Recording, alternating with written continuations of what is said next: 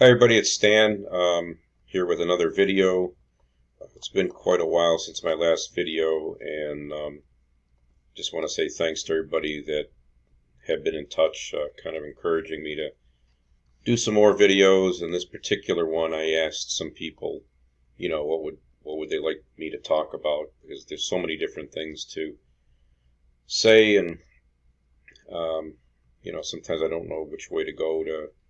I try to get to the point on key things and not talk a lot about nonsense, I guess, or non-helpful information. So hopefully this one covers some key things. This is my disclosure kind of thing that we have to do, I guess. This is my website. You can subscribe, get on my mailing list. I don't send a lot of things out, so don't worry about a lot of spam. These are key things I talk to everybody about whenever I first try to help anyone. No matter what you've done, I'm going to go over these things, and I'm going to really make sure I understand what you did, because if you skip any one of them and think you did something and you really didn't, it just can lead you down a wrong path quickly. And let's see what else. Boosting glutathione was my main detox, in my opinion. These are some interesting links of things, how they're changing as far as what the FDA says about mercury in people's mouths and things like that. So anyway, let me just try to get into things. I don't want to, like I said, talk about things that aren't helpful. So I already mentioned number one. Main reason I stopped is after 40, 45 years of never really feeling right, and you start feeling normal again. You just got so much to do, and you're like catching up on lost time. I mean, I'm going to be 62, so how many years you have left, you don't know, but the first 40 were, I always kept moving and forcing myself to do things, but I know all the things I couldn't have done, and you just feel like you're free again finally. So there's a lot of things to be hopeful for when you do detox. This the key things I'm going to talk about, what happens after the dump, mercury holding in toxins and specks that might be left in. So number three, the first thing I ask anyone who has amalgams, and they may be still sick or they think they're getting better. And when I say think they're getting better, you don't really know. It's the first time you're going through this, so you think you're getting better, but maybe you're really not. So I try to be very specific on these things. Did they go through a dump? Might they have specks left in their mouth, and what does that mean? Did they ever get tested for MTHFR, which is this methyl tetrahydrofolate reductase genetic supposed thing? Just the other day, I did have a conversation with somebody who was looking at doing some work in my house. Had a friend who was sick with amalgams. He totally understood the reality of amalgam illness and being sick. They were still not getting well, and it's been like 8 years. And so I asked him my number three questions here. I told him about Specks, told him about MTHFR, and did they dump or did they not dump? And he said, wow, that's really interesting stuff. I will get in touch. And I said, well, let me know if I can help. It's really important not getting the cart before the horse in this whole ordeal. It's real easy to think you know something and be sure of something and, understand whatever it is, and you've got multiple illnesses, and you trust your one doctor, and you trust this and trust that, and you can very easily get off down the wrong track, believing something to be true, and then finding out later it really wasn't the case.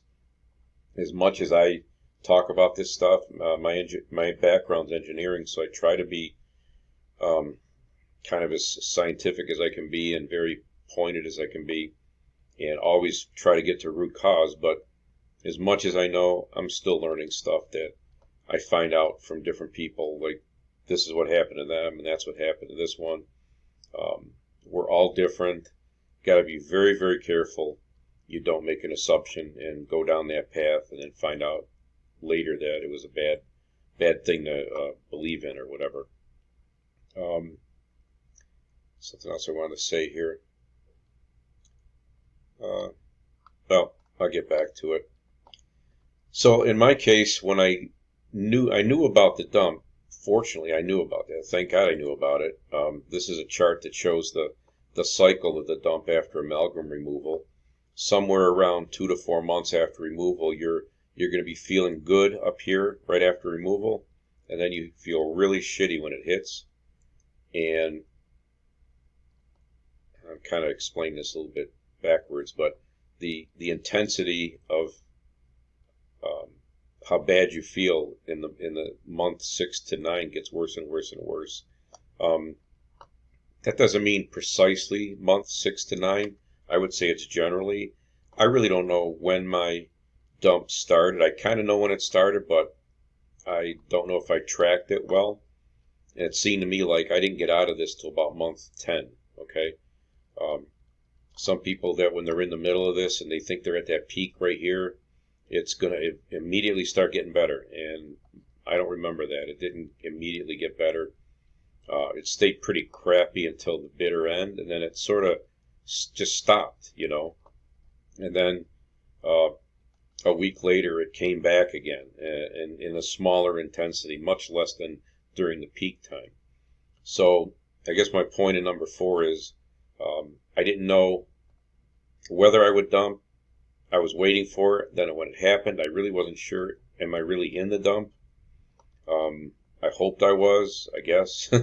But knowing that you dump is kind of a proof that all your amalgam was removed.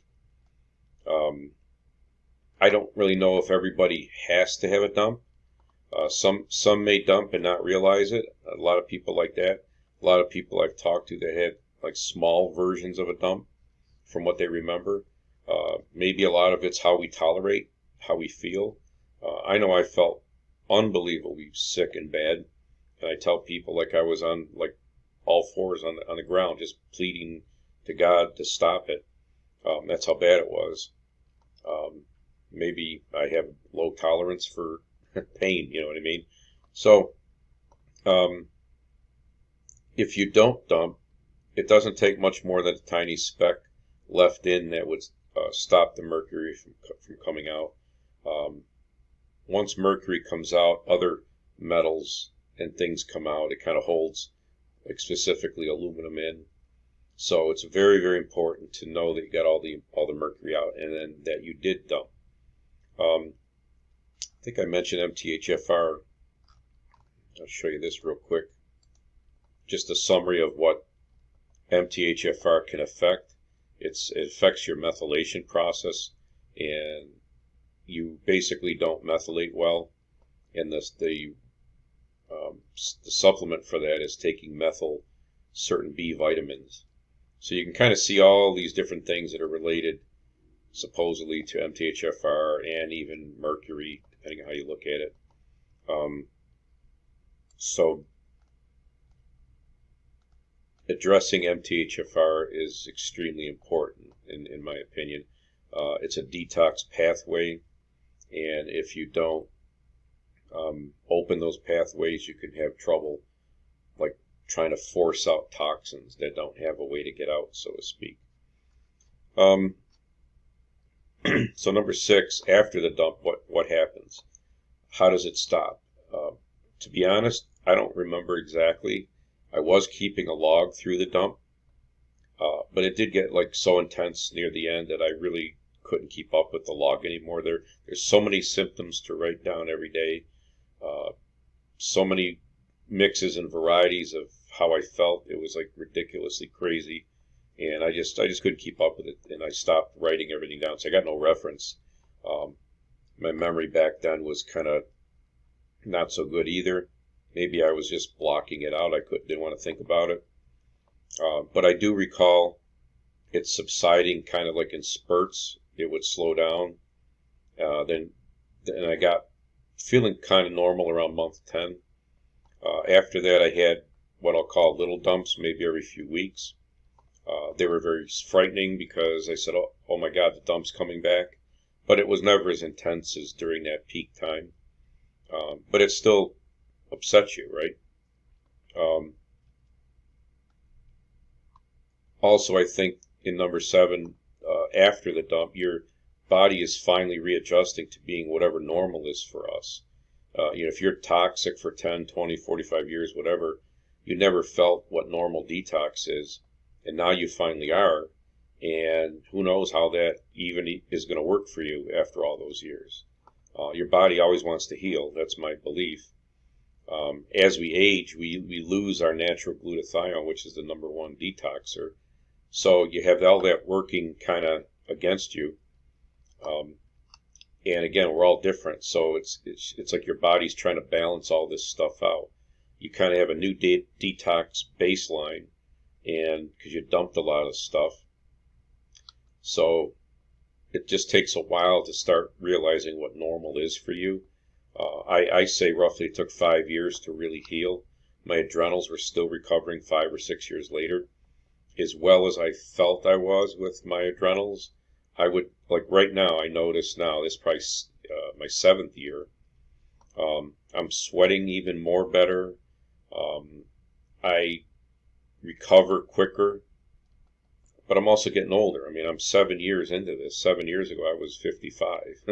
Now I'm almost 62. So, how should I feel? It's very hard to gauge this stuff. So I'm sure those of you that are younger, like in your 40s dealing with this, or 30s, or even 50s, you got way more going for you than somebody that's, say, over 60, just to use rough numbers, that's depleted glutathione, just like everybody has. Even people without amalgams don't have as much glutathione. I've read people that are, they say low glutathione is the #1 connection to many people with autoimmune disease. So, think about all that stuff. The other thing I want to say is people who detoxed, say they detox in a couple of weeks or a couple of months. I really don't understand how that could ever happen unless they were just very minimally toxic, or they're just talking about detox in general and they weren't really fully detoxed. But there's also just a lot of bad information online. So when you see stuff like that, I mean, especially how sick we all feel with this, you want a quick fix. You want to get this over with. I don't know how, it took a year of intense dumping to get that out of me. I don't know how you could do it and get it out in a couple of weeks or a couple of months. That in itself just doesn't make sense to me. So I kind of glossed over this a little bit. I just sort of want to get a video out, maybe give you some thoughts I haven't said in other videos, and I promise I'll do more. It took me a while to even remember how to do a video here. So anyway, good talking, everybody. Hope you're all doing well after the pandemic. Maybe someday I'll talk about that a little bit. That'll be an interesting conversation, I'm sure. Anyways, take care, and hope this is helpful. Please like and comment, subscribe, ask me questions. I'll do more videos and talk about more stuff. Thank you.